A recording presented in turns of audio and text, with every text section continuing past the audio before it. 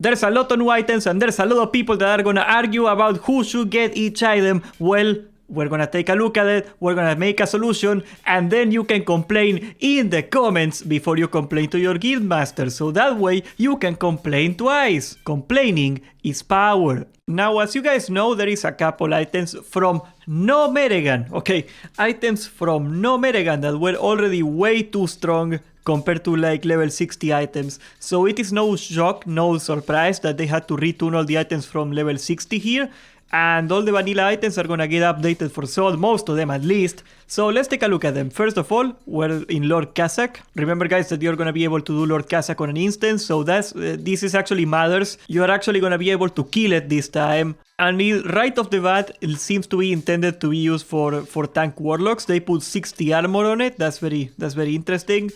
As you guys know, Warlock armor in Metamorphosis, it is multiplied by 5, so 60 times 5, that's a lot of armor, that's the number you're looking at. It has resistance of everything, just like the Kazzak one, which is nice. That's a really nice thing to have, especially we're gonna need fire resistance, I think Agren said it. And they also put 1% hit on it, so I don't know, will Warlocks need more hit? I mean, they don't have the wall buffs anymore and we're 3 levels away. Warlocks are probably very hit hungry, but yeah, this looks to be, I mean, of course, it's gonna be a very decent DPS caster weapon here, but this looks to be like the Warlock tanking weapon, so that's pretty exciting. Then for the bracers, also caster bracers here, they just put more spell power on it.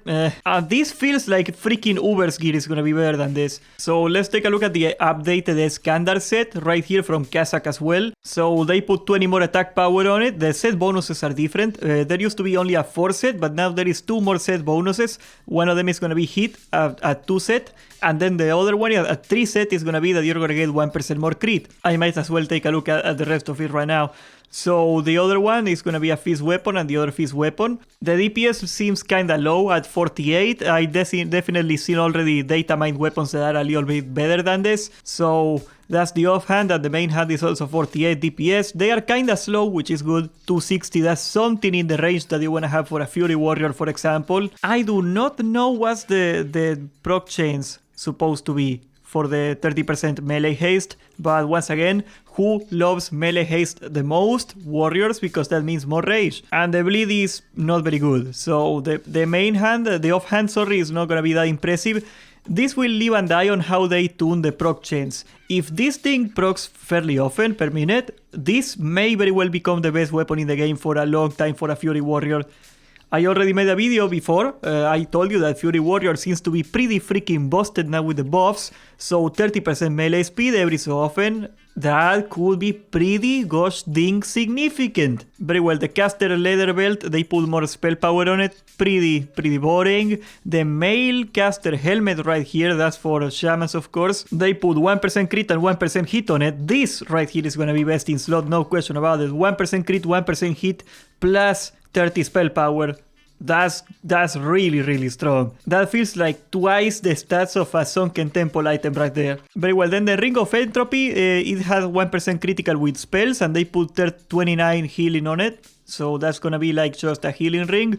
Of course, probably better for something like a paladin over like a priest, but any healer is gonna want a piece of this. That's a lot of spell power. Very well, now for Azuregos, they data mine the new dagger, Fang of the Mystics, and this looks like the exact same item. That's some data mine you got there. Wowhead, it's the same item. Very well, so for Azuregos, we already took a look at the offhand of Escandar. Very good weapon right there. But now, the leggings of Arcane Supremacy, they got a little more spell power and they got pretty much nothing else. I mean, those were nice, but are they gonna keep up with the new items? I don't think they will. I think Molten Core tier gear is gonna be way better than this. Very well, then the Puissant Cape is pretty much the same item, it didn't change a bit. Then we got the Typhoon. I mean, this weapon, I think it looks super cool in game. They changed the 1% parry of it, that did nothing because you're a 200, there is no 200 tanks in the game, who the heck would want that? So they put Wind Fury on it, so 65 DPS, pretty respectable, very fast though, very fast. So this is probably gonna be like a red paladin weapon or an enhancement shaman weapon if 200 works out, and it might. Those two classes are gonna probably like this weapon a lot. Sadly, not a warrior weapon. Very well, now let's take a look at Onyxia loot. We got Escandar's collar, that's gonna be the 4 set of the Escandar set. They changed 1% dodge for 34 attack power. It makes sense, it's a DPSing set. Why would you like dodge anyway? Same as Typhoon with the parry, it doesn't make a lot of sense. I mean, once again, I think the Escandar set, especially the main hand and the offhand, every warrior under Mama is gonna want it.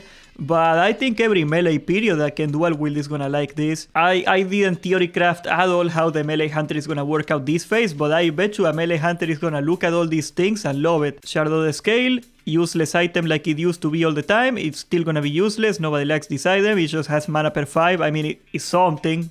It is something. Mana is not gonna be a problem in SoD anymore for almost anybody, especially now that we get the Shadow Priest with the whole vampiric touch on it. I don't think mana per 5 is gonna be worth anything. So the Dragon Slayer Signet, it lost 12 stamina and 6 spirit, and it gained 19 spell power. Mathematically that is less stats, but I think most DPSers, healers are not gonna like it, but most DPSers are gonna take a look at this and they will probably want the 19 spell power more than the 12 intellect, so this might be a little better. I don't know. Seems like too much work to change this item, just leave it as it is. Very well, the tanking set now, Onyxia Blood Talisman, that's really neat. Oh god, they nerfed it to hell. 7 health per second, this was useless. Of course, nobody used this one, nobody cared about this one.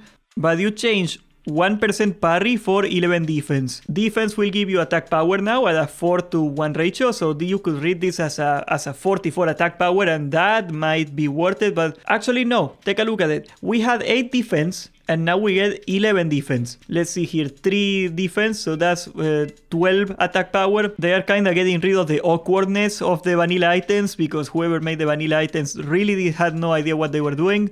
Oh wait, they are getting stamina and 5 more fire resistance on it. Okay, this is a big change. You know what, that's big. Anything that makes fire resistance easier and lets you stack more of the broken items that we bring from Sunken Temple and whatnot, I like that.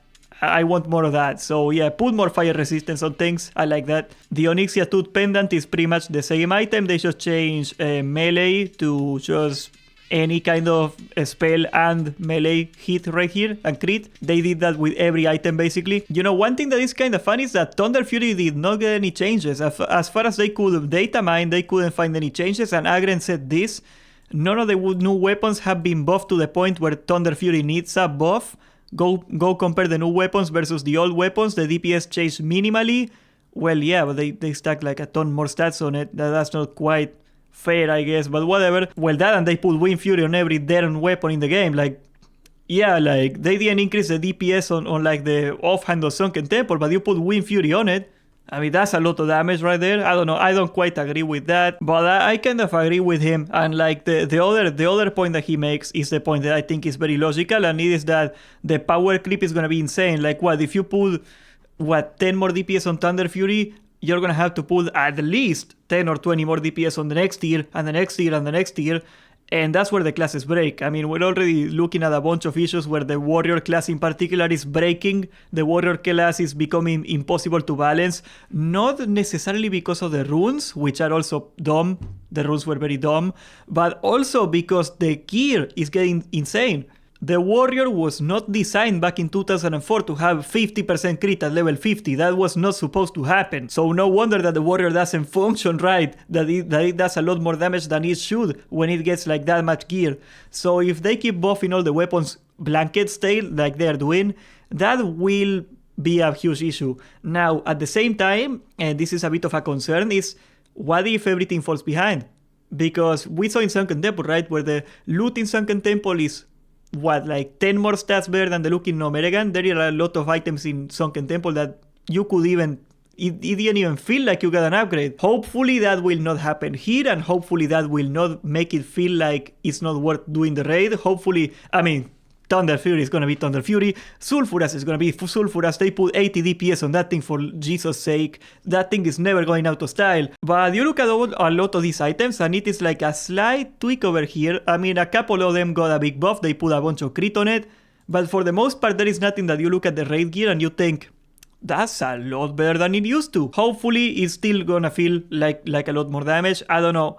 I don't think we're ever gonna get raid gear on the PTR to test, and that's fine by me. Like, trying to keep the secrecy, the feeling of how is it gonna feel. I think that's very important to keep alive. But I am very wary. Please do not make it feel like it's not a big deal. Please make it feel that when you got a Thunder Fury, you're still slapping. I really do not like the changes they did to Sulfuras, putting cat attack power on it. Like, first of all, like, that's the one thing that the poor shamans and paladins got for themselves, that they can do Sulfuras. And now they made it slower, so every warrior is gonna want it. And they also put attack power for druids on it. So I don't know, we're gonna do a battle royale in my guild and we're all gonna fight over it or something. It doesn't sound very productive, honestly. But yeah, that's the loot. It is not that different from level 60 loot.